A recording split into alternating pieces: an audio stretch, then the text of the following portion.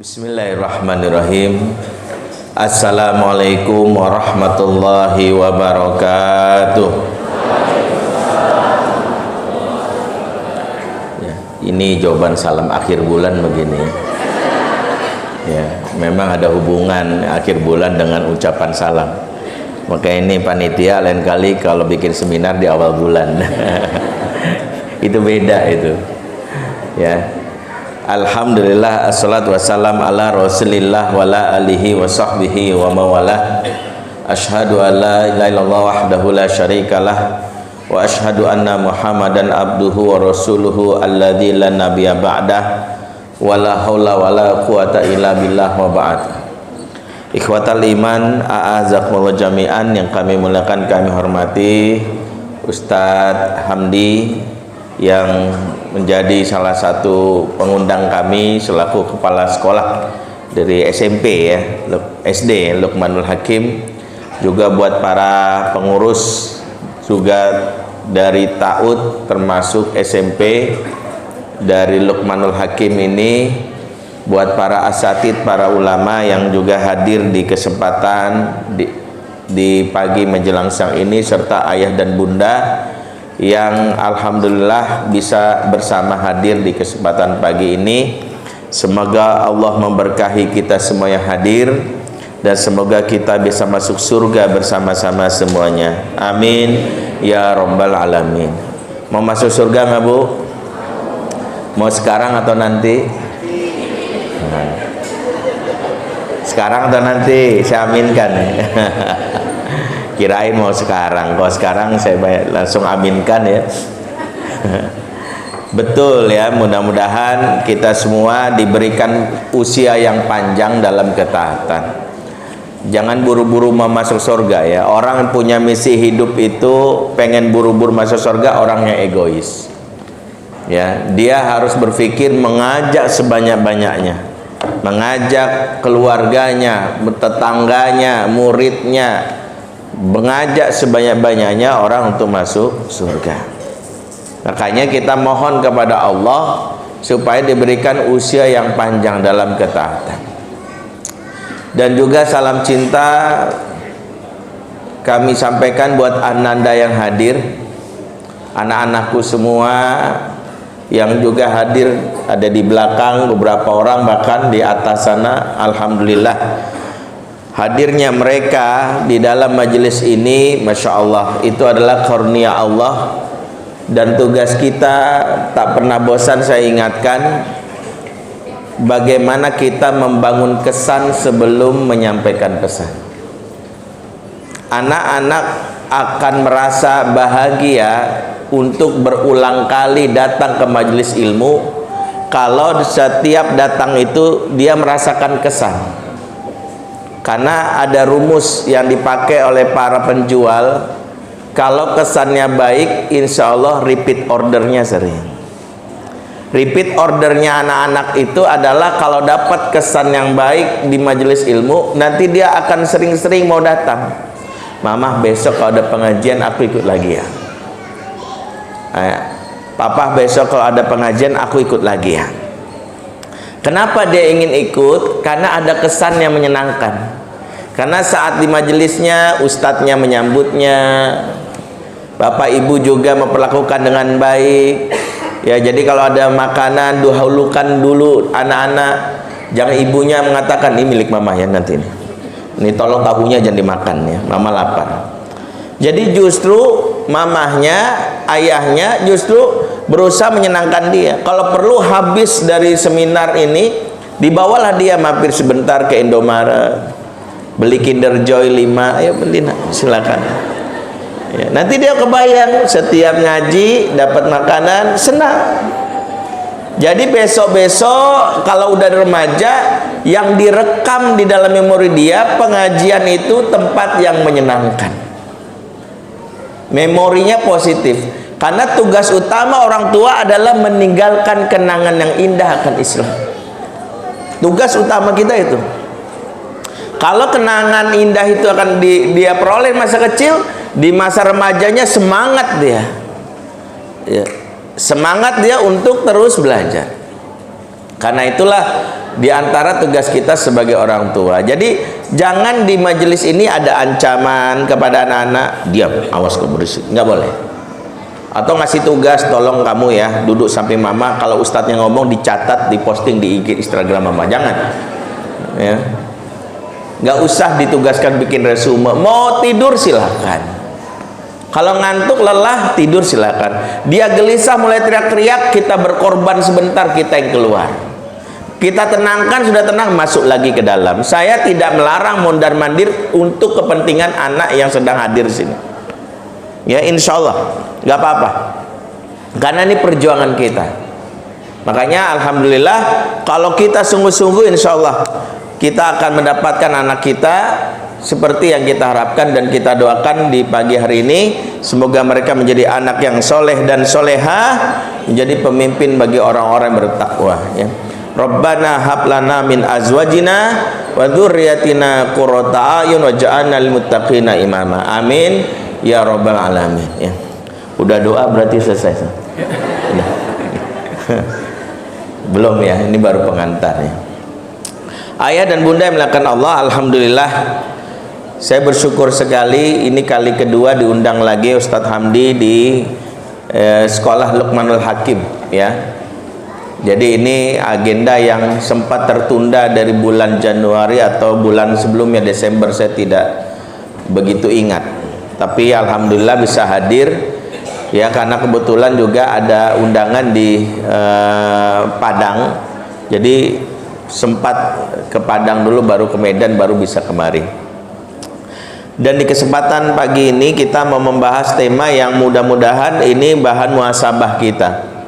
Betapa kita kalau ikut parenting, yang kita inginkan perubahan itu justru adalah dalam diri kita. Makanya kenapa disebut parenting? Karena ini tentang kita sebagai orang tua. Jadi mengapa kalau belajar parenting yang berubah itu kita, parent, bukan anak. Kalau anak yang berubah namanya childrening. Kalau parenting kita. Maka kita pun juga memahami di antara kenapa kita belajar parenting, supaya diri kita menjadi lebih baik. Diri kita menjadi lebih baik. Dan di antara kebaikan yang kita berikan ini nanti berdampak kepada keluarga kita. Makanya Allah katakan dalam surat At-Tahrim ayat 6, ya ayyuhalladzina amanu qu anfusakum wa ahlikum naro. Hai orang-orang beriman, jaga dirimu dan keluargamu dari api neraka. Jadi dirimu dulu. Jangan mikirin keluarga dulu, dirimu dulu. Kita harus jadi lebih baik. Jadi kalau keluarga yang kita pikirkan dulu sementara kitanya belum baik, susah ya. Jadi keluar dari parenting ini, keluar kajian parenting itu kita evaluasi. Saya ini suka ngomong kasar, nanti setelah parenting jadi lebih baik. Saya ini seringkali sholat ditunda-tunda, nanti setelah parenting saya sholatnya lebih baik. Jadi bukan mikirin pasangan saya, bukan anak saya, bukan. Makanya anak yang soleh itu sejatinya bukan karena kita. Anak yang soleh itu adalah hadiah dari Allah atas usaha kita memperbaiki diri. Jadi bukan karena kita yang mampu mengubah anak. Tidak ada satupun manusia yang bisa mengubah manusia yang lain kecuali atas izin Allah. Makanya ketika kita memperbaiki diri, Allah sayang sama kita, maka anak kita pun dijaga. Maka itulah hakikat kenapa kita belajar parenting. Jadi keluar dari majelis parenting, kita muhasabah diri. Jadi bukan bagaimana anak kita berubah, termasuk di dalam doa yang kita lafazkan ya. Kenapa nih materi ini menjadi salah satu tahapan yang harus dilalui? Setelah kita perbaiki diri, jangan lupa bahwa Al-Quran mengajarkan doa, yang doa ini menunjukkan harapan bagaimana anak-anak itu tumbuh jadi anak yang baik ya. Next ya. Di dalam surat Al-Furqan ayat 74 kita sering baca doa ini, walladzina yaquluna rabbana hab lana min azwajina wa dzurriyyatina qurrata a'yun waj'alna lil muttaqina imama. Perhatikan, ya Rabb, dan orang-orang beriman yang berkata, Ya Rabb, karuniakanlah dari pasangan kami dan keturunan kami sesuatu yang menyejukkan mata. Jadi di dalam ayat ini kita mohon pertama kali apa dulu? Pasangan dulu. Jadi minta pasangan, barulah anak yang menyejukkan mata, yang disebut qurrata ayun. Jadi minta pasangan kita menyejukkan mata, qurrata ayun itu sebagian ulama mengatakan maknanya adalah mata yang, air mata yang sejuk. Jadi orang tuh kalau keluar dari matanya itu air mata yang sejuk, itu tandanya bahagia yang tak terkatakan. Ya, anak muda bilangnya speechless. Ya Allah, gitu, mau ngomong susah. Saya suami tiba-tiba kirim puisi cinta singkat tapi ngejer di hati. Ya, sayang, sudah ku transfer 200 juta kan ngejer. Itu kan puisi singkat yang ngejer di hati ibu-ibu ya. Coba ibu-ibu jujur, ibu lebih berkesan puisi yang mengatakan, sayang, yang kau bagai bulan purnama di kenangan malam gelap gulita, atau yang kedua, sudah ku transfer 200 juta, yang mana? Nah, itu. Mudah-mudahan bapak-bapak di sini bisa buat puisi singkat ini ya. Itu kan buat kita speechless. Speechless adalah air mata yang dingin itu yang membuat kita itu bahagia tak terkatakan. Beda dengan air mata yang keluar yang hangat. Air mata yang keluar yang hangat itu air mata kecewa, amarah, kesal. Makanya ketika Allah memberikan makna dengan qurrata ayun, air mata dingin, menunjukkan ekspresi kebahagiaan, puncaknya susah berkata-kata karena saking bahagianya, sulit, tak bisa kata-kata itu mewakili. Maka anak-anak kita bisa disebut qurrata ayun kalau kebaikan dia itu membuat kita, ya Allah nah, gitu, selalu bilang gitu, ya Allah nah, masya Allah, gitu, nggak bisa lagi menyebutkan apa kecuali ya Allah, gitu. Termasuk dengan pasangan. Dan Al-Quran memakai redaksi azwaj. Ada seorang pakar tafsir dari Saudi namanya Dr. Aisyah Asyati. Ya, beliau punya tafsir Al-Bayan lil Quran Al-Karim, kalau salah, Al-Quran Al-Karim. Beliau itu mengatakan Al-Quran ketika berbicara pasangan biasa pakai dua terminologi. Yang pertama azwaj, jamaknya atau zauj. Yang kedua adalah imro'ah, pasangan yang ideal yang menunjukkan hubungan yang harmonis memakai bahasa zauj atau azwaj. Sementara pasangan yang bermasalah, baik masalahnya dalam skala besar atau sekecil, itu disebut imro'ah. Ketika Allah menyebutkan pasangan dari Nabi Adam yaitu Hawa dalam Al-Quran, ya, wa qulna ya adamuskun anta wa zaujukal jannah, ya, dan kami berkata wahai Adam, tinggallah kamu dan zaujmu yaitu Hawa di surga. Maka Adam dan Hawa merupakan pasangan yang ideal, maka disebut sebagai zauj. Baginda Nabi SAW misalnya dalam Al-Quran surah Al-Ahzab disebutkan panggilan sapaannya, ya ayuhan nabi qul li azwajika, wahai nabi katakanlah kepada azwajmu, menunjukkan kalau azwaj itu pasangan yang ideal. Istri-istri nabi adalah wanita-wanita yang ideal mendampingi nabi. Bahkan ketika seseorang masuk ke dalam surga, Allah berfirman dalam Al-Quran, udkhulul jannata antum wa azwajukum tukhbarun, masuklah kamu ke dalam surga, kamu dan azwajmu akan bergembira di dalamnya, akan digembirakan. Maka kalau sebuah redaksi Quran ketika menyebutkan azwaj, menunjukkan pasangan yang sudah ideal. Sebaliknya kalau disebut imro'ah, kata Dr. Aisyah Asyati, menunjukkan ada problem. Walaupun ada yang paling parah, ada yang biasa. Contohnya adalah ketika lo sebutkan pasangan dari Nabi Nuh disebut imro'ati Nuh.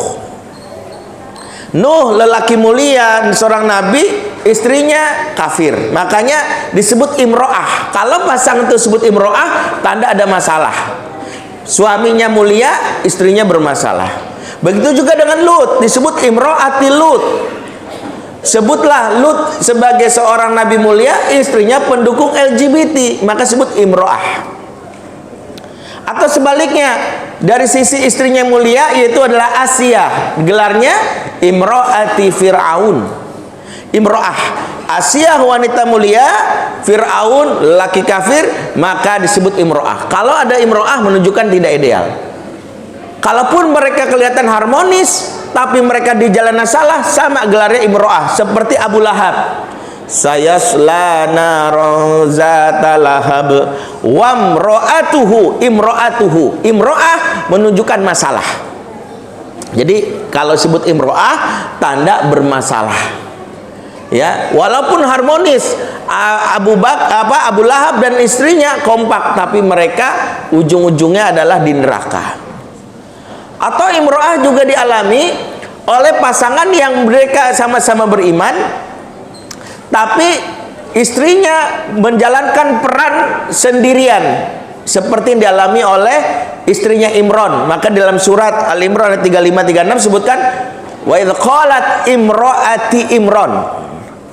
Kenapa disebut imro'ati Imron? Karena para ulama tafsir mengatakan sebab Imron wafat di saat Maryam baru lahir, sehingga istrinya Hana mengasuh seorang diri dan itu berat baginya, maka disebut imro'ah. Jadi imro'ah menunjukkan sebuah hubungan yang tidak ideal, seperti single parent itu imro'ah.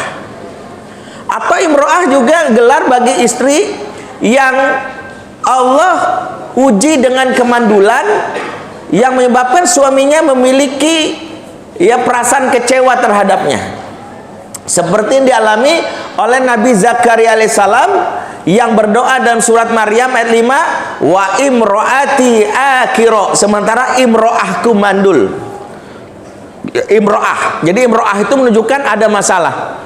Dan sebagian ulama tafsir semisal Al-Qurtubi mengatakan bahwa imro'ahnya seorang Isya, istrinya Zakaria, semata-mata bukan karena rahimnya yang bermasalah, tapi juga karena akhlaknya. Sebab disebutkan Isya istri Zakaria ini, dia memiliki lisan yang tajam. Jadi kalau ngomong tuh maaf menyakitkan hati. Makanya Allah tunda kehamilannya sampai usia 10 tak juga hamil. Di antara jawabannya adalah karena Allah kelak akan menitipkan amanah dalam perutnya seorang nabi, dan tidak mungkin seorang nabi diasuh oleh seorang wanita yang lisannya tajam. Makanya kadang penghalang kehamilan itu bukan karena faktor biologis, tapi karena orang tuanya tak pantas mendapatkan amanah yang diberikan kepadanya karena ada orang hebat dalam perutnya. Entah itu bapaknya yang tak pantas atau ibunya yang tak pantas. Ya makanya kenapa di antara penghalang kehamilan itu mungkin ada yang protes, enggak juga Ustadz, saya punya tetangga ngomongnya menyakitkan tapi anaknya 5. Bagaimana itu? Maka kalau itu yang terjadi, jawabannya maka anaknya pun biasanya bukan anak yang istimewa. Biasanya anak-anak bermasalah. Maka beda dengan yang terjadi dengan Isya. Karena Allah akan titipkan seorang nabi, pastikan dia juga sudah memperbaiki dirinya. Makanya prasangka baiklah bagi siapapun yang hari ini belum mendapatkan amanah keturunan, maka jawabannya adalah berarti jangan-jangan dari rahim saya ada ulama. Jangan-jangan ada ulama tapi saya sendiri belum pantas mendidik calon ulama. Karena bisa jadi ya setiap ditanya, ibu hafalannya sudah berapa juz? Jawabannya justru itu Ustaz. Ya, ini mau belajar Iqra 1 gitu. Maksimalkan hafalan kita karena bisa jadi Allah beberapa waktu lagi akan menitipkan amanah itu. Itu jawabannya. Maka ketika istrinya perbaiki dirinya, sudah bisa memiliki kalimat yang baik, redaksi Quran berubah dari surat Al-Anbiya 90. Apa kata Allah? Waslahna lahu zaujahu. Maka kami perbaiki zaujnya, alias istrinya tadi imro'ah, gelarnya berubah jadi zauj. Dengan kata lain, dia sudah siap mendapatkan amanah, yaitu dengan lahir dalam perutnya yaitu Nabiullah Yahya alaihissalam. Jadi ini menunjukkan dari seorang yang tadinya imro'ah berubah jadi zauj. Maka penting kita memahami terminologi ini. Kenapa? Ketika kita bermohon kepada Allah, Rabbana hablana min azwajina, maka sebenarnya kita sedang ngomong sama Allah, semoga kami menjadi pasangan yang ideal. Kalau pasangan itu ideal, maka insya Allah anak-anaknya itu pun juga tumbuh menjadi anak yang paripurna, anak yang sempurna. Inilah mengapa hari ini kita bicara, sebelum berbicara bagaimana menjadi anak, menjadi orang tua yang baik, jadilah pasangan yang ideal, jadi pasangan simpatik. Itu kurang lebih mengapa tema ini diambil bersama panitia. Next. Mungkin ada yang bertanya, kenapa kita harus harmonis menjadi pasangan yang ideal? Ya, di antara jawabannya adalah karena kalau kita ibaratkan bahwa kita ini seperti kendaraan, mengasuh itu seperti kendaraan, maka akan terjadi masalah kalau ayah dan ibunya tidak memiliki yang namanya kekompakan.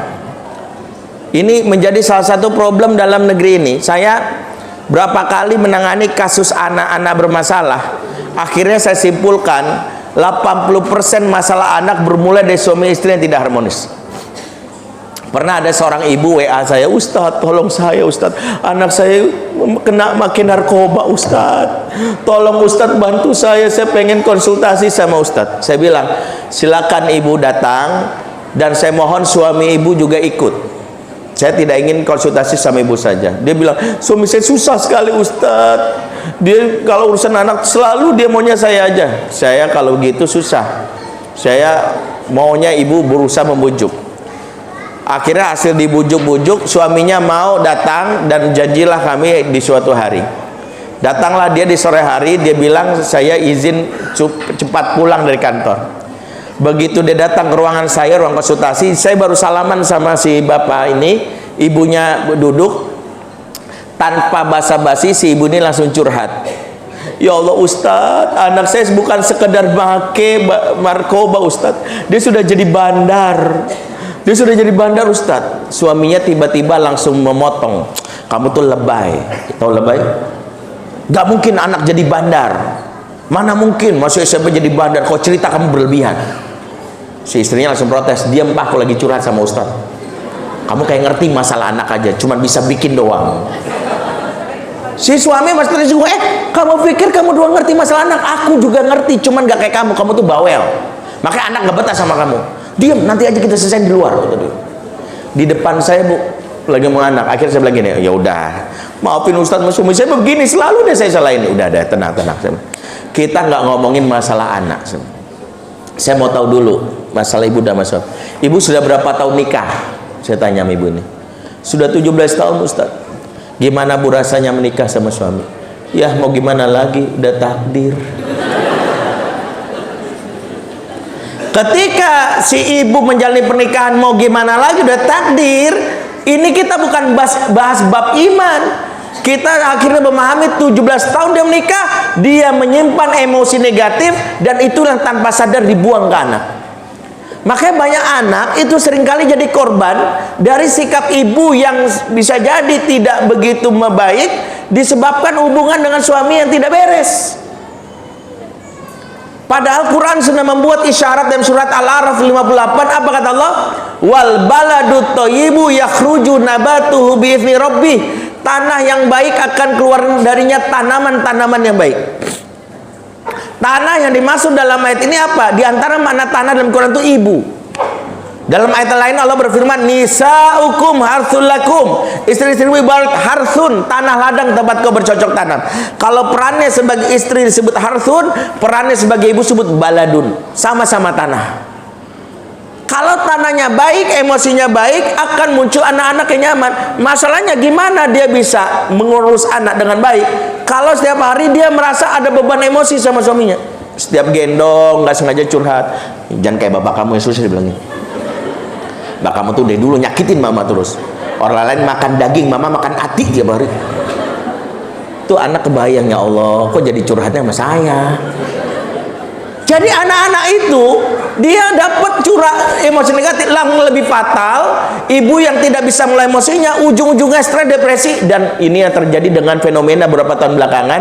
Kita dapati ibu yang tega membunuh anaknya. Pernah dengar beritanya? Tahu?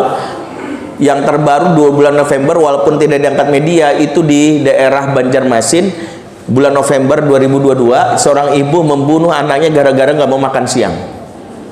Di daerah Muara Enim, Sumatera Selatan, bulan yang sama seorang ibu menggantung diri dan juga membunuh anaknya. Di Pinrang yang heboh itu yang kasus di Banyumas, seorang ibu make up artis yang dia menggorok 3 anaknya, dan itu disebabkan apa? Dia tidak bisa menanggung beban. Saya setiap melihat ibu yang tega seperti ini, maaf, karena saya sebenarnya berkali-kali jadi konselor, saya selalu menuduh, bukan menuduh, saya selalu fokus di mana suaminya. Ada problem yang tak selesai.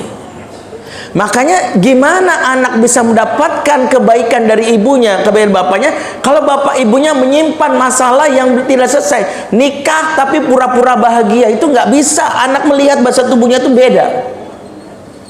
Ya. Contohnya, pernah ada seorang pendeta. Jadi saya pernah diundang tahun 2011 itu di forum lintas agama di UI, Universitas Indonesia, yang ngundang Ikatan Hindu Dharma Indonesia. Waktu itu menghadirkan 6 tokoh agama, saya mewakili umat Islam. Ya, temanya waktu itu nggak ada hubungannya dengan parenting. Temanya toleransi berdasarkan kitab suci agama masing-masing.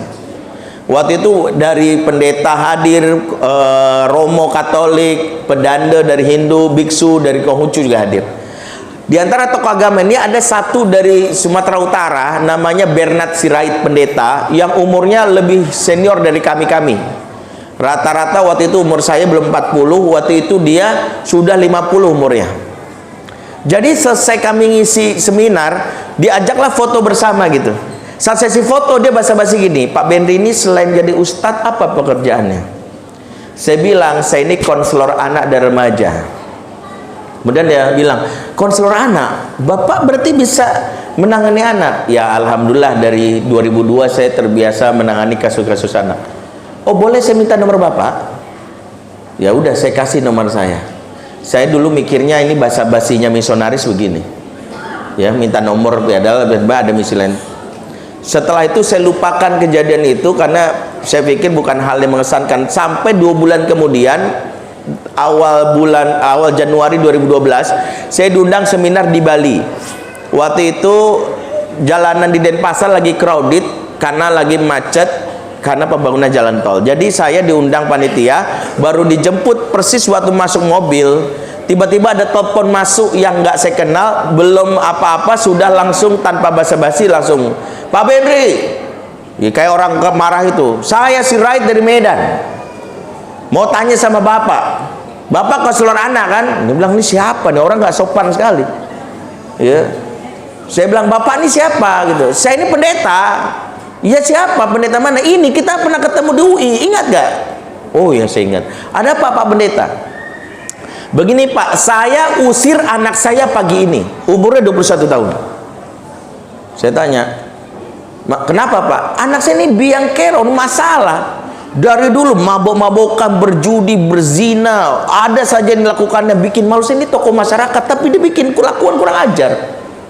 Saya nggak tahan, saya nasihati, dia melawan, saya gampar. Makin lawan, saya usir saja dia di rumah. Kemudian saya tanya, istri Bapak gimana? Ditanya balik, maksudnya dengan perlakuan Bapak sama ini, istri Bapak gimana? Nah itulah istri saya. Bukannya dukung saya, malah salah-salahkan saya. Dianggap saya suami tak becus, ayah tak pantas. Itu istri saya dulu memang keterlaluan juga itu. Biang kerok juga itu saya itu.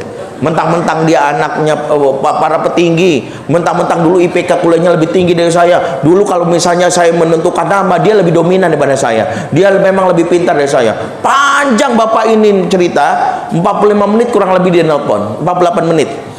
48 menit dan 45 menit ya, 3 menit ngomongin anaknya, 45 menit ngomongin istrinya. Udah kebayang kan? Setelah panjang lebar 48 menit, tiba-tiba dia bilang, nah kembali ke masalah anak saya nih Pak. Nah langsung begitu, kira-kira saya harus melakukan apa ini?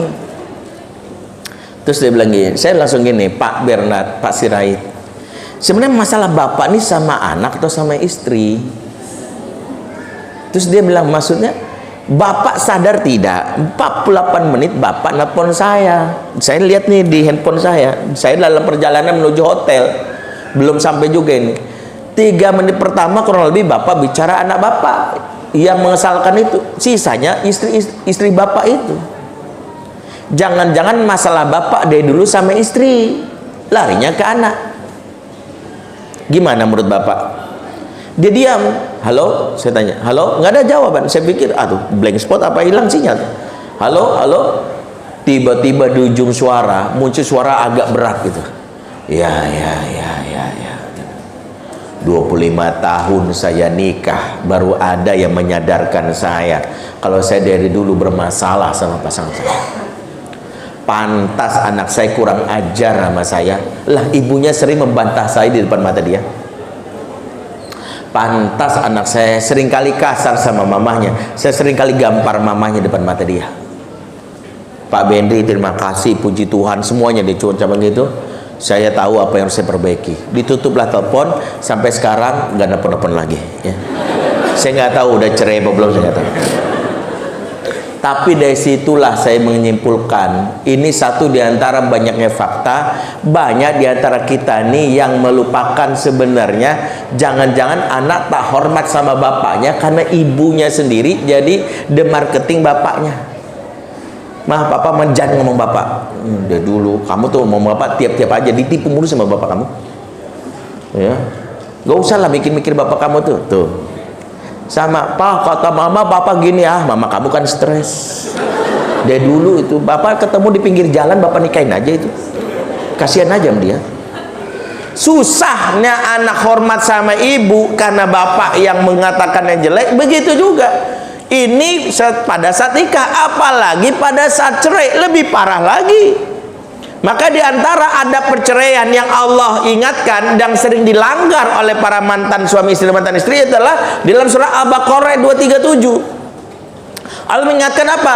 Wala tansaul fadla bainakum, jangan kalian lupakan kebaikan di antara kalian. Ayat ini sebenarnya adalah adab cerai yang disepelekan. Kenapa? Karena banyak di antara para orang tua lupa. Banyak anak yang setelah bapak ibunya cerai, dia bingung mau hormat sama bapak, tapi ibunya menceritakan jelek-jelek.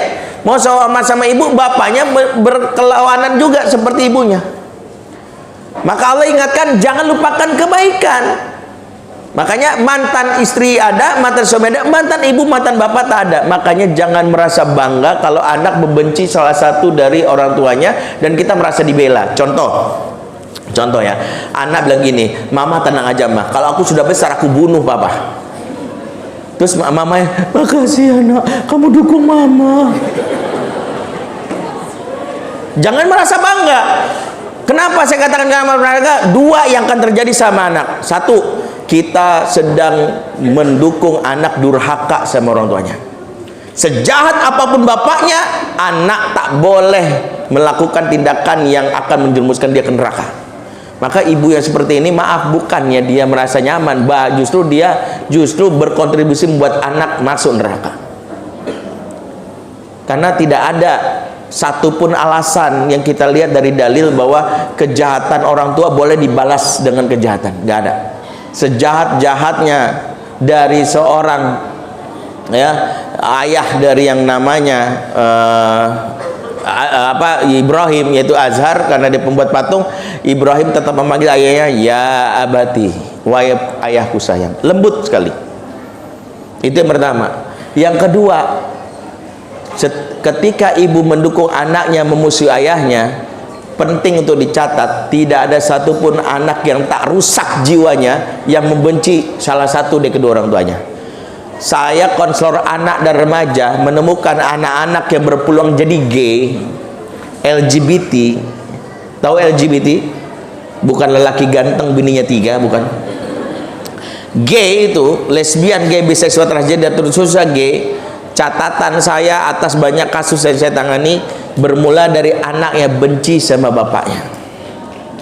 Saya pernah nangani kasus di Solo, seorang ibu yang bercerai dengan suaminya karena suaminya selingkuh. Betul, suaminya jahat sekali. Si ibu ini keturunan dengrat, cantik, kaya, dikhianati si suaminya berselingkuh dengan orang lain.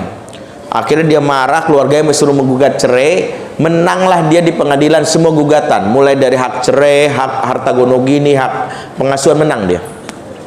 Singkatnya, si bapak ini disuruh ditendang dari rumahnya cuman modal pakaian dalam saja. Anaknya ini umur 3 tahun. Dia nanya, selama ini dia ada kesempatan main sama papahnya. Maka dia nanya, papa mana?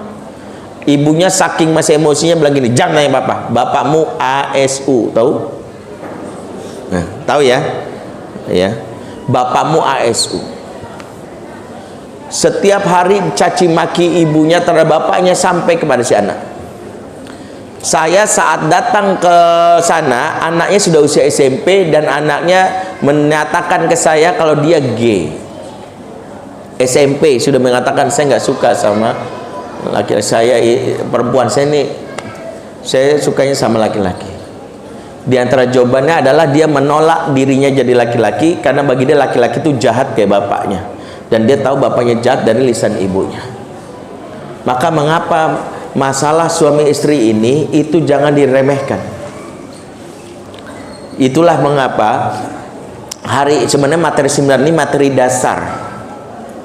Saya bikin buku yang mengurai ini lebih dalam lagi di luar bukunya Fatherman 2. Fatherman 1 ayah yang dirindukan, Fatherman 2 itu suami yang dirindukan, yaitu tentang bagaimana seorang ayah dan bunda sebelum jadi suami, sebelum menjadi ayah yang baik, dia harus jadi suami yang baik. Ibu juga sebelum jadi dia ibu yang baik, jadilah istri yang simpatik. Seperti itu. Nanti bukunya silakan baca di luar. Nah, ini menjadi salah satu masalah. Makanya anak-anak itu tidak bisa menjadi berlaku akhlak kalau kita nggak beres. Makanya kalau ada konflik, jangan sampai membuat kita itu melupakan hal ini. Di antara rahasianya mengapa seorang Ismail bisa hormat sama ayahnya, padahal kalau kita tahu ya sejarahnya, Ibrahim itu ayah yang jarang pulang. Berdasarkan profilnya, ada riwayat dalam kitab Qasasul Anbiya, Ibrahim pulangnya setahun sekali. Dari riwayat yang lain bahkan mengatakan Ibrahim pulang seumur hidupnya Ismail cuma 4 kali seumur hidup anaknya. Walaupun Ibnu Katsir membantah pendapat yang kedua ini. Kata Ibnu Katsir, saya tidak percaya bahwa Ibrahim datang ke anaknya cuma 4 kali, karena menurut dia Ibrahim sangat mudah untuk pulang ke rumahnya dengan kendaraan buruk yang dimilikinya, karunia mujizat dari Allah. Tapi kesimpulannya jelas Ibrahim jarang pulang. Tapi menarik, Ibrahim itu meskipun jarang pulang, anaknya tetap hormat kepadanya dan tidak membantahnya. Buktinya apa? Bayangkan, ada bapak jarang pulang, sekalinya pulang bawa golok, bayangkan. Itu Ibrahim. Kan dia langsung pulang langsung gini, anakku, sebentar mau disembelih, sini bentar gitu. Coba kalau di zaman now ada bapak model kayak gitu, kira-kira reaksi anak gimana? Ini bapak stres nih. Saya harus lapor Komnas Anak nih. Kak Seto harus tahu nih.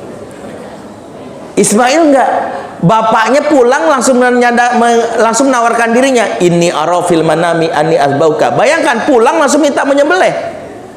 Tapi anaknya tak membantah.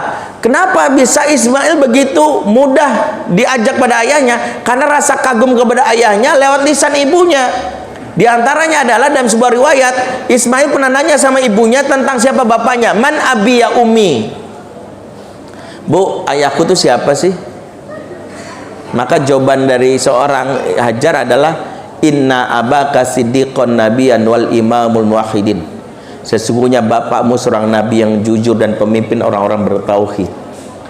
Kebayangkan betapa hebatnya seorang Ibrahim, dan itu disampaikan oleh lisan seorang istri.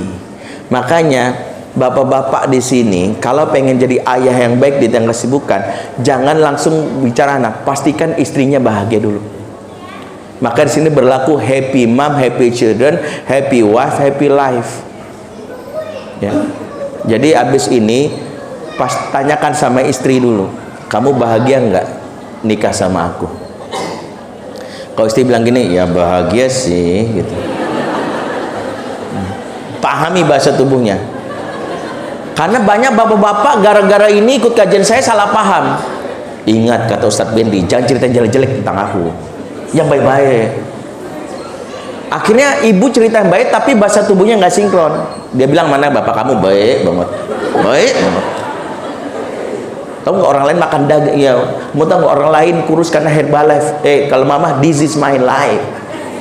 Susah anak-anak itu membaca bahasa tubuh ibunya.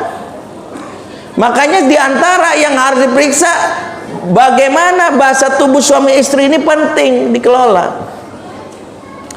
Hari-hari yang dilalui dengan tekanan mental itu, kalau dibiarkan dampaknya ke anak ini berulang kali saya ingatkan.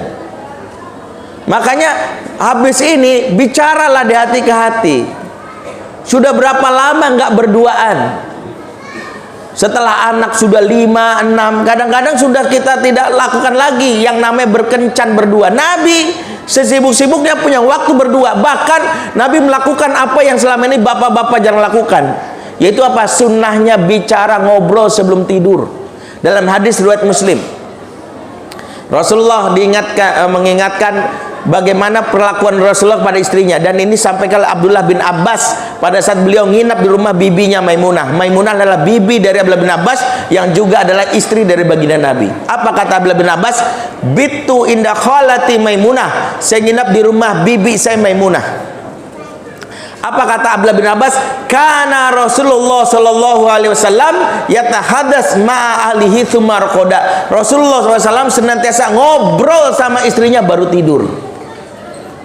Jadi bayangkan, Rasul itu tahu kebutuhan dasar wanita, sebelum tidur ngobrol dulu. Bicara. Sebab banyak suami yang mohon maaf gitu, ya mungkin termasuk saya, sebelum tidur biasanya cek WA dulu, ngeliat mention di IG, ngeliat skor bola. Begitu mata udah sepet ngantuk baru tidur. Makanya banyak ibu-ibu yang cerita, nasib saya udah kayak martabak Ustaz, dikacangin. Ya, kalau kacang gurih dikacangin perih. Makanya banyak ibu-ibu yang cerita.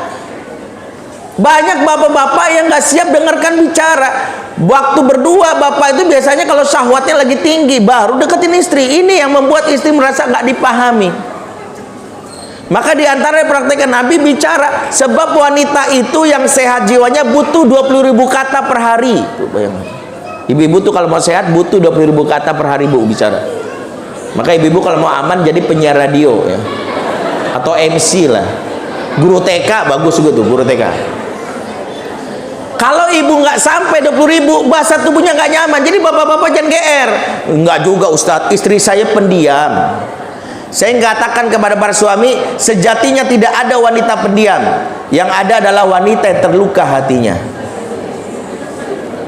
Jadi waspada kalau istri kita sudah banyak diam.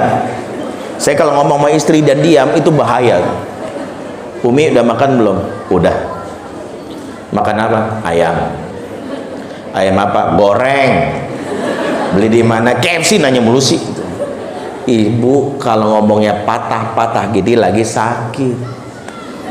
Ibu-ibu itu yang saat itu ditanya satu jawabannya 1000. Umi udah makan belum? Udah, tadi kan Umi bilang goreng. Kita jalan ketemu Burina cerita katanya Pak Lurah nikah lagi sama janda sebelah itu yang katanya dia jualan asuransi syariah. Kalau kita daftar 1.000 di akhir bulan dapat 2 juta. Kita daftar aja Pak asuransi syariah. Lah tadi kan kita bahas ayam goreng. Kenapa ujung-ujung asuransi syariah? Berarti tanda istri kita sehat. Jadi kalau istri ngomongnya kemana-mana tandanya sehat. Banyak para suami tidak tahu mengapa ada bab khusus dalam kitab Adabul Mufrad judulnya Kisah Ummu Za'rin dan Aba Za'rin, yaitu ketika Aisyah Ummul Mukminin malam hari sebelum tidur bercerita pengalamannya bertemu dengan 11 wanita tadi pagi. Bayangkan 11 diceritakan ke Nabi, 11-11-nya. Wanita cerita satu aja udah lama, ini 11. Bayangkan. Makanya hadis ini panjang sekali, saya nggak hafal. Dan Nabi menyimak, mendengar. Ini kenapa Pak? Istri itu cuma satu. Jika kau tak bisa penuhi rekeningku, penuhilah jiwaku. Ya, inilah udah kita malas transfer, malas bicara juga, malas dengerin juga. Karena diantara peran suami bagi istrinya adalah TPS, tempat pembuangan sampah emosi. Agar malam hari dikuras emosinya, pagi-pagi dia memberi bunga untuk anaknya. Makanya ibu-ibu yang kalau pagi udah ngegas sama anak-anaknya, kamu tuh udah bilang mama berkali gitu, tuh, kamu tuh sama makan lagi, mandi cepetan. Kalau ibu-ibu dengar pagi-pagi sudah marah-marah sama anaknya, sejatinya karena malam-malam nggak diajak bicara sama suami. Jadi kenapa ini penting? Makanya di antara rahasia para sahabat di zaman dahulu itu, sesibuk-sibuknya dia punya waktu untuk couple time, berdua. Berduaan itu penting. Sudah berapa tahun nikah kalau nggak jarang berdua itu bahaya. Anak nanti dulu bawa, saya sesibuk-sibuknya ini saya luangkan waktu berdua sama istri. Sekedar makan atau minum di warung kopi, kita mampir di kafe, bahkan makan cuma mie ayam atau indomie, tapi kami lakukan berdua. Anak kami 5 ya, tapi kami lakukan itu. Kenapa? Karena ini penting, dia butuh banyak bicara. Makanya kalau ini tidak beres, jadi problem bagi para wanita. Ya, makanya kenapa ibu-ibu di sini pentingnya mendapatkan suami ngerti. Ya, mungkin bapak-bapak sini nyesal ikut seminar ini. Ya Allah, kenapa ikut seminar ini? Ini panitia salah tema. Saya pikir kajian parenting bagaimana bisa poligami gitu. Ternyata dibahas saya sebagai suami, nyesal sekali ini. Besok Ustadz Hamdi besok harus saya nasihatin gitu ya. Jadi itu belum Pak. Nanti kita bahas tentang bagaimana istri yang taat itu nanti. Ya sabar ya. Ini kita angkat-angkat dulu ibu ya. Setelah naik kita jatuhkan. Enggak. Saya tidak setega itu ya. Karena sejatinya lelaki terbaik dalam Islam itu adalah bukan yang banyak harta. Bukan laki terbaik yang banyak pialanya, medali kita kumpulkan banyak-banyak itu percuma. Lelaki terbaik dalam Islam adalah yang paling baik sikapnya terhadap istrinya. Makanya kalau lamaran kerja itu selama ini tuh salah. Betapa banyak HRD ketika orang lamar kerja yang ditanya adalah mana surat keterangan kelakuan baik. Dari mana? SKCK, surat keterangan catatan kepolisian. Saya katakan HRD yang menagih SKCK untuk menunjukkan kelakuan baik ini akan siap-siap kecewa. Kenapa? Karena kalau ingin surat keterangan kelakuan baik jangan dari polisi. Polisi itu taunya ketika orang disebut orang ini orang baik dengan SKCK, polisi tahu dia orang baik hanya karena dia nggak terlibat tindakan kriminal, nggak pernah tercatat sebagai anggota jaringan teroris. Tapi polisi nggak tahu kalau dia pelit sama istrinya. Polisi taunya dia ini orang baik hanya karena dia nggak pernah melakukan tindakan subversif, provokasi. Tapi polisi nggak tahu kalau dia kasar sama anaknya. Kalau mau tahu laki-laki yang akan melamar kerja itu lelaki yang baik, ya jangan bilang mana surat keterangan ini Pak SKCK. Oh nggak usah. Kalau saya bilang jangan bikin SKCK, bikin SKC, surat keterangan catatan istri. Jadi kalau ibu-ibu ini penting untuk kita tanyakan. Nama Maimunah misalnya, kalau ada yang sama mohon maaf, umur 26 tahun, pekerjaan di rumah tangga, dan ini bersaksi tentang suami saya bahwa suami saya 1, tidak pernah marah-marah sama saya. 2, dia selalu bersikap baik sama saya. 3, kalaupun marah nggak pernah ngancam-ngancam poligami. 4, dia selalu mengurus urusan anak bersama saya. 5, kalau saya lagi PMS dia bersabar. 6, 7, 8 catatan istri itu tanda tangan istrinya sah, itu orang baik. Jadi sederhana sekali. Mau tahu orang itu baik, tanya sama keluarganya. Omong kosong mengakunya baik di depan masyarakat, tapi istrinya sedang ditanya selalu wajah mengurai air matanya. Makanya sebelum melangkah ke depan, mulai dari yang terdekat. Betapa banyak di luar kita menjadi pribadi yang something, tapi bagi pasangannya kita nothing. Kan banyak orang berlomba-lomba memuaskan followernya di IG, berlomba-lomba untuk menjadi sosok yang dikenal. Banyak sekali orang yang terkagum-kagum dengan ceramahnya, tapi tanya sama istrinya, menurut kamu gimana? Kalau dia sampai menahan dirinya, bahkan tak mau memandang kita, sederhana sekali. Pengen tahu suami istri itu hebat baik, itu hubungannya gampang. Apa? Duduk bersama saling beradu pandang. Kalau ada kejadian seperti ini tanda bermasalah. Ingat, jika tidur sudah berbalas punggung, mata tak berani menatap mesra, tanda ada hati yang terluka. Mata ini jendela jiwa. Kalau hati sudah terinjak-injak menyebabkan mata tak berani terbuka. Makanya kalau istri kalau ngomong dia selalu iya Mbak, iya Bi, itu jangan bilang, jangan malah kita bilang Masya Allah istri soleha ngomong sama saya godul basor. Godul basor tuh sama orang lain, sama suami godul basor. Wajib dia memandang. Kalau dia bilang gini, iya, itu tandanya tertekan. Istri kalau tertekan doanya beda setiap sholat. Ya Allah, masukkanlah suamiku ke surga. Kalau bisa secepatnya ya Allah.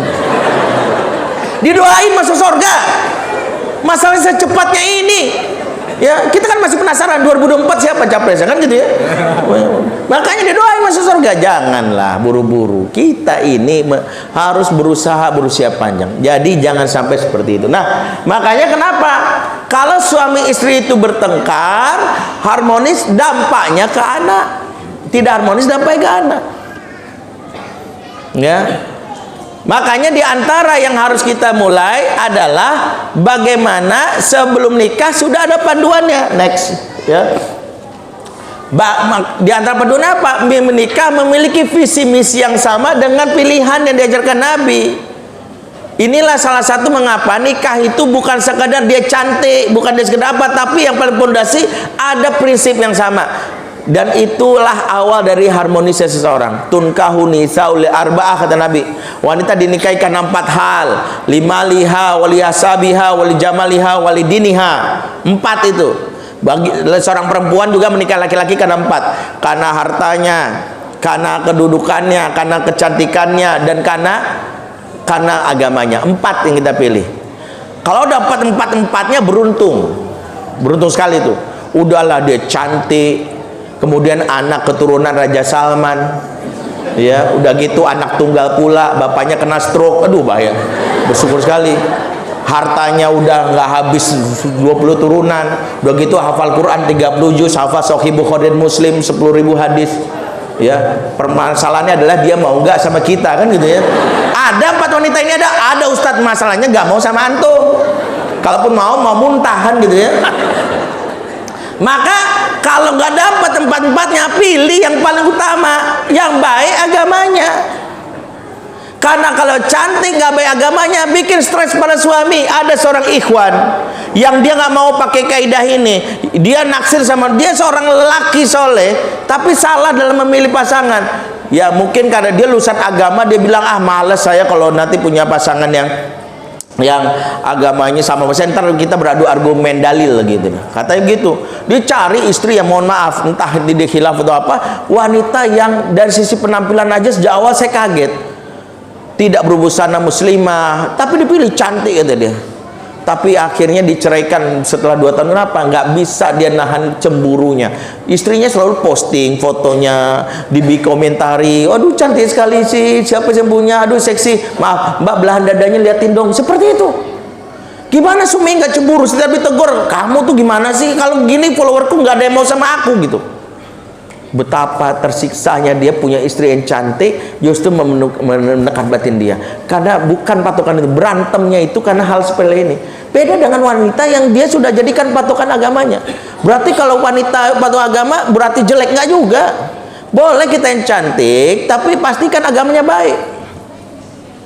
Karena keukurannya cantik juga nggak bakalan juga bertahan lama. Cantik itu kan nggak bakal istiqomah. Cantik sekarang 20 tahun lagi nggak bisa dia cantik seperti hari ini. Maka cantik itu nggak istiqomah, justru jelek yang istiqomah. Jelek hari ini 20 tahun lagi sama juga. Mau istiqomah carilah ya, jangan. Intinya adalah yang paling penting itu agamanya. Maka kalau sejak awal agamanya bermasalah, itu sudah membuka peluang rusaknya pengasuhan. Makanya saya pernah ditanya salah satu wartawan, Ustadz, waktu itu heboh, menurut Ustadz pendapat hukumnya nikah beda agama apa? Saya ini bukan pakar fikih, saya bilang. Maka saya jawabnya jangan dari sisi fikih. Saya hanya bilang gini, nikah sesama agama aja banyak masalahnya, apalagi beda agama. Masalahnya engkau mau membangun rumah tangga kemana? Saya bilang, kalau niat berumah tangga masuk surga bersama-sama sejak awal udah salah. Gak mungkin kita bisa masuk surga bersama dari 2 pemahaman agama berbeda. Salah satunya pasti neraka. Maka Ini menjadi masalah. Bagaimana bisa kita menikah dengan wanita yang akhirnya apa yang terjadi? Dari prinsip awalnya udah berbeda. Mau menentukan nama saja bisa berantem. Si bapaknya seorang ustadz, ibunya seorang penggemar drama Korea, menentukan nama bisa berantem. Akhirnya toleransinya apa? Digabungkan. Bapaknya maunya nama Muhammad, ibunya Lee Min Ho. Muhammad Lee Min Ho tuh. Dicocok-cocokan aja. Yang seperti ini yang kita tidak inginkan. Maka kenapa prinsip ini penting? Maka prinsip ini penting lah. Maka itu next pertanyaannya, bagaimana Ustadz kalau sudah terlanjur? Kalau sudah terlanjur, maka jangan kita berpikir ya udah cari yang lain, bukan. Ini prinsip yang seringkali diremehkan. Ya sudah, kamu nggak mau ini. Kita diuji dalam pernikahan, jangan buru-buru mengucapkan cerai, karena iblis bergembira dengan perceraian. Iblis bergembira dengan perceraian. Ingat dalam hadis riwayat Muslim, ya, Rasulullah bersabda, innal iblisa yadau arsyahu alal ma. Sesungguhnya iblis punya singgasana di atas air. Tsumma yab'atsu saroyahu. Kemudian dia mengutus dari istananya anak buahnya. Para setan diutus untuk menggoda manusia. Ya, dan yang paling banyak fitnahnya itu yang paling dekat dengannya. Ya, faidnihim azamuhum fitnatan. Dan yang paling dekat dia, yang nanti paling dekat, ada yang paling hebat dalam menggoda manusia. Tsumma yaju ahduhum fayaqul. Kemudian datanglah satu setan melapor, ya iblis, fa'altu kadza wa kadza. Dua iblis, saya sudah melakukan amalan ini dan ini. Saya sudah membuat manusia berzina, berjudi, minuman keras. Apa kata iblis? Ma sonata syai'an, yang kamu lakukan itu kecil, biasa, terlalu mainstream. Sudah banyak setan melakukan itu. Tsumma yaju ada ahadum fayaqul. Kemudian datang setan yang lain melapor, ya iblis, ma taraktuhu hatta faraktu bainahu wa baina imraati. Dua iblis, saya tidak tinggalkan seseorang, saya tempel dia terus-terusan sampai dia bercerai dengan istrinya. Mendengar laporan ini, iblis menyuruh dia, suruh duduk di sampingnya selain mengatakan, ni'ma anta, sungguh kamu pasukanku yang paling hebat. Maka jangan sampai menggembirakan iblis karena terburu-buru memilih keputusan bercerai. Berarti apa Ustadz? Kalau kita ada masalah, perbaiki hubungan, karena perbaikan kita dengan hubungan dengan pasangan akan berdampak kepada anak. Itulah yang disebut bagaimana pernikahan itu adalah upaya kita meningkatkan kualitas diri. Jangan berhindar dari konflik. Jangan menghindari konflik, karena resiko menikah itu adalah konflik. Resiko menikah adalah konflik. Ya, semalam saya bilang di kajian semalam, beruntunglah jadi jomblo, nggak pernah konflik sama pasangan. Ya, yang ada konflik batin kan itu ya. Nikah itu resiko konflik, jadi jangan menghindar dari konflik. Ya, yang ada adalah kita berusaha. Makanya suami istri yang harmonis bukan berarti nggak pernah konflik, salah. Oh kalau gitu bukan. Suami istri yang harmonis adalah suami istri yang mungkin akan melalui konflik tapi ujung-ujungnya saling ridho. Coba saya pengen Bapak Ibu sudah menikah bertahun-tahun, ada nggak yang nggak pernah konflik sama pasangan? Angkat tangan. Nggak ada kan? Kalaupun ada, saya curiga jangan-jangan nikah sama mayat. Rasulullah saja konflik sama istrinya. Kenapa Rasulullah sampai harus melewati masa-masa menikah dengan konflik dengan istrinya? Untuk mengajarkan konflik itu udahlah hal yang niscaya dalam pernikahan. Tapi bagaimana melewatinya itu yang penting. Setelah konflik yang paling penting saling ridho. Makanya kenapa ketika Ibrahim meninggalkan Hajar, Hajar sempat merasa tidak nyaman. Kan Hajar ditinggalkan di negeri yang tandus, tak ada tanam-tanaman. Rabbana inni askantu min dzurriyyati biwadin ghairi dzi dzar'in inda baitikal muharram. Surat Ibrahim ayat 37. Ya Allah, sesungguhnya aku meninggalkan anak istriku negeri yang tandus, tak ada tanam-tanaman, asal dekat dengan rumahmu, inda baitikal muharram, dekat dengan rumahmu yaitu Ka'bah. Saat Ibrahim meninggalkan istrinya, kemudian dia memberikan minuman satu kirbah dan juga beberapa butir kurma, ditinggalkan. Saat itulah Hajar bertanya, sempat dia bertanya keras, wahai suamiku, betulkah kau tinggalkan kami di sini? Ibrahim nggak bisa menjawab. Ini perintah Allah, tapi dia bingung menjelaskan, dia berjalan aja. Muncul perasaan tidak nyaman. Dua kali dia bilang, wahai suamiku, betulkah kau tinggalkan kami di sini? Bayangkan seorang wanita sama anak tinggalkan negeri yang tandus. Ibrahim pun tak bisa menjawab, dia hanya diam, berlangkah lagi. Disitulah Allah berikan ilham kepada Hajar, sehingga Hajar bertanya yang berbeda. Allah amaraka bihadza? Apakah Allah memerintahkan engkau? Maka Ibrahim pun menjawab mengangguk, "Na'am, iya." Disitulah muncul yang awalnya kesal, muncullah kalimat, kalau betul Allah memerintahkan, berangkatlah suamiku, aku ridho. Ridhonya seorang istri lo penting. Inilah pentingnya para suami. Ini penting saya garis bawahi. Mungkin banyak yang tidak setuju, tapi penting untuk saya sampaikan. Bukan hanya istri yang butuh ridho, bukan hanya istri yang butuh ridho suami, suami pun butuh ridhonya istri. Loh kok gitu Ustadz? Ini bertentangan syariat? No, pahami ya. Ridhonya suami bagi istri kewajiban syar'i, tapi ridhonya istri bagi suami kewajiban pengasuhan. Kenapa? Karena suami yang membuat istrinya tidak ridho, dia berpeluang buat istrinya menyakiti anaknya. Makanya jangan bilang gini, ya biarin saya nggak ridho, toh nggak ada kewajiban. Dia zolim sama istrinya. Makanya pentingnya ridhonya istri. Pastikan istri itu lapang dada menerima itu, dan akhirnya dia bisa berbuat baik sama anaknya. Jadi dalam Islam itu agama yang mengajarkan bagaimana perlakuan baik. Jadi ujungnya dari rumah tangga itu adalah bukan tanpa konflik, tapi saling ridho. Kalau istri ridho, dia mengasuh anak dengan bahagia, dan bahagia itu tertular ke anaknya. Itulah mengapa pentingnya kita memahami tentang harmonis itu sesuatu yang memang menjadi salah satu cita-cita yang membuat kita bisa menjalankan peran berikutnya. Kalau kita sudah harmonis melewati masa-masa konflik, maka kita bisa menjalankan peran minimal 5 hal yang kita harmoniskan. Apa saja itu? Next. Yang pertama adalah harmonisasi visi misi. Mulai dengan apa yang mau kita tuju. Pernikahan kita ini mau kemana? Bukan sekedar kita memiliki rumah, bukan sekedar kita memiliki kendaraan, tapi yang lebih ujung lagi, diantaranya adalah kita akan ke surga bersama. Makanya suami romantis bukan mengatakan bahwa ya kita akan bersama sampai maut memisahkan. Mohon maaf, ini mah nggak romantis. Kenapa? Karena batasannya sampai maut. Maka yang benar adalah kita akan selalu bersama, bahkan maut pun tak memisahkan kita, karena kita akan bersama lagi di surga. Itu yang benar. Jadi sampai menikah. Makanya diantara yang menyebabkan Fatimah itu ketika Rasulullah menjelang wafat, awalnya dia bersedih, tiba-tiba dia gembira setelah dibisiki oleh Nabi.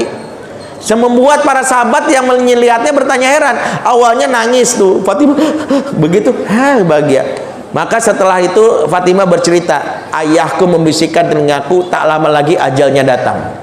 Maka aku pun menangis. Tapi kemudian ayahku mengatakan kepadaku, tak lama lagi engkau akan menyusul aku. Maka aku pun gembira, karena aku akan bertemu dengan ayahku lagi nanti di akhirat. Ya, kalau udah bertemu Nabi pasti di surga. Tapi kira-kira ibu kalau dibisiki suami kayak gini bahagia nggak ya? Aku sebentar lagi wafat, saya. Nanti kamu akan nyusul nggak? Nanti aja. Enak aja, jangan gitu ya. Ibu ada yang mau digituin? Nggak lama lagi, lama sebulan kamu nyusul gitu, mau gitu. Paling ngeri ya Allah, jangan dong gitu. Seperti itulah. Makanya kalau kita berkumpul bersama, itu visi kita. Kalau bisa seperti itu, maka rumah tangga itu dibangun atas 3 pondasi itu. Ujung dari rumah tangga itu adalah menjadikan rumah sebagai al-markaz. Kan ada 3 jenjang rumah ya. Pertama, rumah sebagai al-ma'wa, tempat yang menyenangkan. Makanya banyak orang betah di rumahnya meskipun kecil. Setelah itu rumah jadi al-madrasah, tempat belajar. Bagaimana dia anak-anak mendapatkan nilai pelajaran dari bapak dan ibunya. Nah, puncaknya rumah sebagai al-markaz, rumah sebagai pusat pergerakan. Ayah dan ibu dan anak punya komitmen yang sama. Nah, Ramadan ini kayaknya ayah alhamdulillah kelebihan rezeki. Kita bikin program makan bersama satu kampung ya. Kamu boleh datang nggak? Kira-kira warga sini yang kurang yang butuh bantuan sembako siapa aja? Kamu data temanmu, tolong nanti kita bikin. Mamah, tolong masak yang enak nanti ya. Kita bagi-bagi warga. Rumah itu akan bahagia kalau bapak, ibu, dan anak punya kekompakan dalam urusan kebaikan. Itulah yang terjadi sama Ibrahim. Makanya Allah puji sebagai keluarga terbaik dan surat Al-Imran ayat 33, Innallaha astafa Adama wa Nuha wa ala Ibrahim wa ala Imrana alal alamin. Allah memilih Adam, memilih Nuh dan keluarga Ibrahim serta keluarga Imran atas segala umat. Tahu kenapa? Di antara jawaban kenapa Allah memilih khusus Ibrahim dan Imran disebut keluarganya, sementara Adam dan Nuh tidak keluarganya? Karena Ibrahim sudah menjadi level keluarganya keluarga yang terbaik. Jawabannya karena bapak, ibu, dan anak kompak dalam kebaikan. Buktinya apa? Waktu Ibrahim ingin menyembelih putranya, ibunya alias istrinya dukung, anaknya pun siap disembelih. Ini menunjukkan mereka sudah sampai derajat al-markaz. Maka kita pastikan kita sudah sampai belum nih visi misi kita nih. Dan jangan visi misi kita ini masih ribut saja.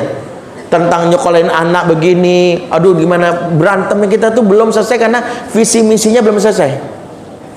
Itu yang pertama. Yang kedua adalah harmonisasi spiritual. Nggak mungkin kita bisa mengajari kalau si bapak tahajud istrinya enggak, ibunya baca Quran bapaknya enggak. Bersama-sama, karena spiritual ini penting untuk bisa menyelimuti kegiatan bersama anak. Masalah yang terjadi itu kalau diantara kita itu ibadahnya jatuh, dan itu nanti pengaruhnya sama anak. Makanya diantara kalimat Fudail bin Iyad dalam kitab Al-Bidayah wa Nihayah ini patut direnungkan. Beliau mengatakan gini, la syallah fa'araftu dzalika bi khuluqi himari wa bi khuluqi ahli wa bi khuluqi khadimi wa bi fa'ri fi baiti. Sungguh aku pernah maksiat kepada Allah dan pengaruh maksiatku ada 4. Satu, kendaraan yang suka mogok, bermasalah, kendaraan bermasalah. Yang kedua, anak dan pasangan yang susah diatur. Yang ketiga, pembantu yang mengesalkan hati. Yang keempat, tikus yang masuk ke dalam rumah. Jadi kata para ulama, bahkan tikus masuk dalam rumah bukan karena rumah kita jorok, karena ada maksiat dari pelakunya. Karena tikus itu disebut hewan fasik. Tidaklah hewan fasik masuk dalam rumah kecuali dalam rumahnya ada pelaku kefasikan atau kemaksiatan. Ini pendapat para ulama. Makanya pentingnya kita untuk memeriksa, saling menjaga spiritualitas kita. Sebab banyak masalah rumah tangga itu karena masalah sepele, sholat, yang lain-lainnya. Saya pernah ada salah satu artis datang ke saya, nggak usah saya sebut ya, nggak usah kepo, khawatir ada admin Lambe Turah sini ya. Followernya 20-an juta. Dia datang gini, Ustadz, saya ini sudah ke psikolog 19 kali. Ustadz, orang yang ke-20 saya datangi. Jadi saya merasa sakit hati juga ya, di nomor 20 kan itu nggak enak. Di nomor 2 kan aja sakit, apalagi nomor 20 gitu. Saya ini kalau di layar kaca sama istri di sosial media tuh harmonis, kelihatan kompak. Tapi sebenarnya 2 bulan ini kami sudah ribut, sudah pisah ranjang. Itu kami sudah saling mencaci maki, udah jarang tegur lah. Saya ini sudah belajar Ustadz bagaimana menjadi seorang suami yang baik. Saya baca buku-buku tentang bagaimana berkomunikasi sama perempuan. Kan ada bukunya, Man from Mars, Woman from Venus, ya kan ada bukunya. Tapi entah kenapa masih aja saya sudah berbuat baik tetap salah paham, berantem lah kami. Sampai saya ketemu salah satu kawan saya yang ngaji sama Ustadz, artis juga, dan disarankanlah saya ketemu Ustadz. Saya pikir ini usaha saya yang terakhir, kalau memang nggak ada ya sudahlah, cerai lah saya. Kemudian saya mikir gini, ini orang sudah ke psikolog 19, berarti sebenarnya secara teknis dia sudah beres ya. Tapi sebenarnya makanya saya nggak mau ngajarin teknisnya. Saya nanya gini, maaf mas, boleh jujur sama saya? Iya Ustadz. Sholat subuhnya jam berapa? Dia pura-pura nggak dengar. Maksudnya Ustadz, sholat subuhnya jam berapa? Terus dia pergi lagi nih. Jadi gini Ustadz, saya ini kan kadang syuting itu sampai jam 2 pagi sampai jam 3 pagi. Jadi kadang-kadang saya kalau udah syuting pulang capek rumah tidur bablas. Saya nggak peduli sholat subuhnya jam berapa. Nggak dijawab juga. Jangan-jangan nggak sholat. Sholat Ustadz, iya jam berapa? Susah sekali nih jawab pertanyaan ini. Dia bilang kadang jam 7, kadang jam 8 Ustadz. Saya bilang itu bukan sholat subuh mas, itu sholat duha pakai kunut. Saya bilang Dia malu. Emang ngaruh ya Ustadz? Ngaruh, sangat berpengaruh. Sholat itu bukan hanya tiang agama, tapi tiangnya rumah tangga. Di antara penyebab banyak perceraian itu sederhana, menyepelekan sholat. Tanya sama beberapa orang yang konflik cerai itu, biasa ada masalah, salah satunya nggak sholat, atau sholatnya buru-buru. Kenapa kita ini gampang marah sama pasangan, gampang marah sama anak? Karena sholat kita yang tidak muqimah. Makanya perintah sholat bukan malu sholah, ini selama ini salah kita. Yang benar aqimis sholah. Makanya jangan pernah naik gini, udah mengerjakan sholat belum? Itu mah bukan pertanyaan Quran. Pertanyaan Quran, udah menegakkan sholat belum? Karena kalau sholat nggak mukimah, nggak ngefek kepada diri. Karena kalau sholat itu nggak mukimah, nggak mempengaruhi jiwa kita. Mengapa kita mudah marah sama anak, mudah marah sama pasangan? Karena nggak sabar, ya kan? Suami saya nggak sabar kalau begini. Kenapa kita mudah marah? Karena nggak sabar. Sabar itu adalah salah satu perisai yang membuat kita nggak mudah meletup-letup kabar pasangan. Tapi kenapa kita ribut? Karena kesabaran kita tipis. Karena itu yang membuat kita untuk bisa menghadapi pasangan yang mungkin bermasalah kalau sabar kita kuat. Terus bertanya, gimana Ustadz biar sabar menghadapi kelakuan pasangan? Jawabannya dalam Al-Quran. Wasta'inu bisobri wassolah. Minta tolong dengan sabar dan sholat. Kenapa sabar dan sholat digandeng dalam ayat ini? Jawabannya karena kualitas kesabaran kita tergantung kualitas sholat kita. Makanya mohon maaf, siapa yang kalau capek pulang ke rumah sholatnya masih gini, Allahu Akbar, Assalamualaikum warahmatullahi wabarakatuh. Pasti nggak sabaran. Pasti nggak sabaran. Orang yang sholatnya buru-buru, maka dia sabarnya tipis kayak kulit ari. Makanya latihan untuk sabar itu perbaiki kualitas sholat. Secapek-capek kita, Allahu Akbar, Bismillah, ya gitu. Nggak apa-apa, yang penting kita nggak buru-buru. Dan insya Allah bisa. Saya yakin insya Allah kita bisa. Sholat yang mukimat nggak buru-buru itu makninah. Ya, dan seumur hidup pasti kita pernah sholat yang seperti ini. Kapan itu? Minimal saat ujian praktek sholat pas kelas 6 SD. Itu di depan guru agama, sholat kita paling terbaik itu. Allahu Akbar, Bismillahirrahmanirrahim. Dulu sholat kita begitu, dulu. Tapi sekarang Bismillahirrahmanirrahim, amin, kan gitu. Makanya kok taraweh nih kita bisa survei dulu masjid mana paling cepat. Ya biasanya kita langsung mikir kalau bisa ya rokaatnya Muhammadiyah gerakan NU kan gitu. Ini bahaya nih yang kayak gini. Makanya spiritual ya. Oke, berikutnya harmonisasi aturan. Anak itu seringkali berkilah, kata papa boleh, kata beda, sepakati dulu. Aturan itu milik bapak tapi disepakati. Jangan ibu bikin aturan, bapak dulu. Ar-rijalu qawwamuna 'alan nisa. Di antara makna qawam kata para ulama adalah artinya bapak itu sebagai pemilik aturan. Karena qawam itu di antara maknanya iqamatin nizam, menegakkan aturan. Jadi ibu-ibu kalau ada aturan ngomong sama suami sampaikan. Ibu-ibu yang justru membuat nggak nyaman rumah itu ibu-ibu yang banyak bikin aturan. Bapak sepakati, jadi anak taunya. Nanti ibu-ibu tinggal ingatkan, kata papamu gimana, kata ayah gimana, habis maghrib harusnya apa. Nanti kalau mama ditanya sama ayah, mama nggak enak. Jadi ibu-ibu itu hanya ingetin kata ayah gimana. Kalau dia masih berulah tinggal telepon saja, ya si ini gimana, susah sekali si abang nih ya, dia nggak mau lah, masih main handphone aja. Suami tinggal telepon, abang. Sebagian ibu-ibu akhirnya banyak yang saya tulis di buku Fatherman 2 yang nanti habis ini baca, mengapa anak-anak itu malah makin jauh dari ibunya? Karena ibu-ibu yang mengambil peran bapak, diantaranya banyak aturan. Anak salah sedikit, mama udah bilang berkali-kali sama kamu susah banget dibilangin, udah dibilangin habis maghrib itu baca Quran. Ibu, sekarang saya tanya, ibu kalau marah-marah sama anak tujuannya apa? Apa tujuannya? Biar anak taat aturan, takut sama ibu. Riset terbaru dari Jerman tidak efektif. Saya sampaikan risetnya gini, kalau ibu marah sama anak, ternyata vibra suara ibu yang didengar anak, maaf, mirip salakan anjing pudel. Jadi dengar oleh anak gini, oh, iya, nanti, iya, tuh, iya itu yang dengar oleh anak. Makanya anak tetap aja melanggar aturan, karena bagi anak iya ini ganggu banget sih gitu. Beda dengan bapak, berdasarkan riset, vibra suara bapak kalau marah mirip auman singa. Jadi kalau bapak marah cukup seperti makanya bapak itu nggak usah ngomong panjang, cukup, taro. Ayah udah bilang taro itu. Makanya kalau anak susah diatur karena ibu yang banyak ngomel, bapaknya aja yang ngomel. Ibu kalau mau ngomel sama bapaknya. Jadi yang benar itu ngomel sama bapak, bapak yang ngomel sama anak. Mama udah bilang, kamu susah banget bilang. Jadi bapak itu jangan sampai ya ibu yang ngambil alih aturan ini. Maka aturan disepakati. Berikutnya next. Baik Ustaz. Bentar dulu, belum sampai terakhir ya. Harmonisasi komunikasi, next. Berikutnya harmonisasi. Jadi cara ngomongnya juga disepakati. Syarat yang berikutnya program-program pengasuhannya. Jadi kita sepakati ini tuh anak gimana, habis ini gimana dan sebagainya.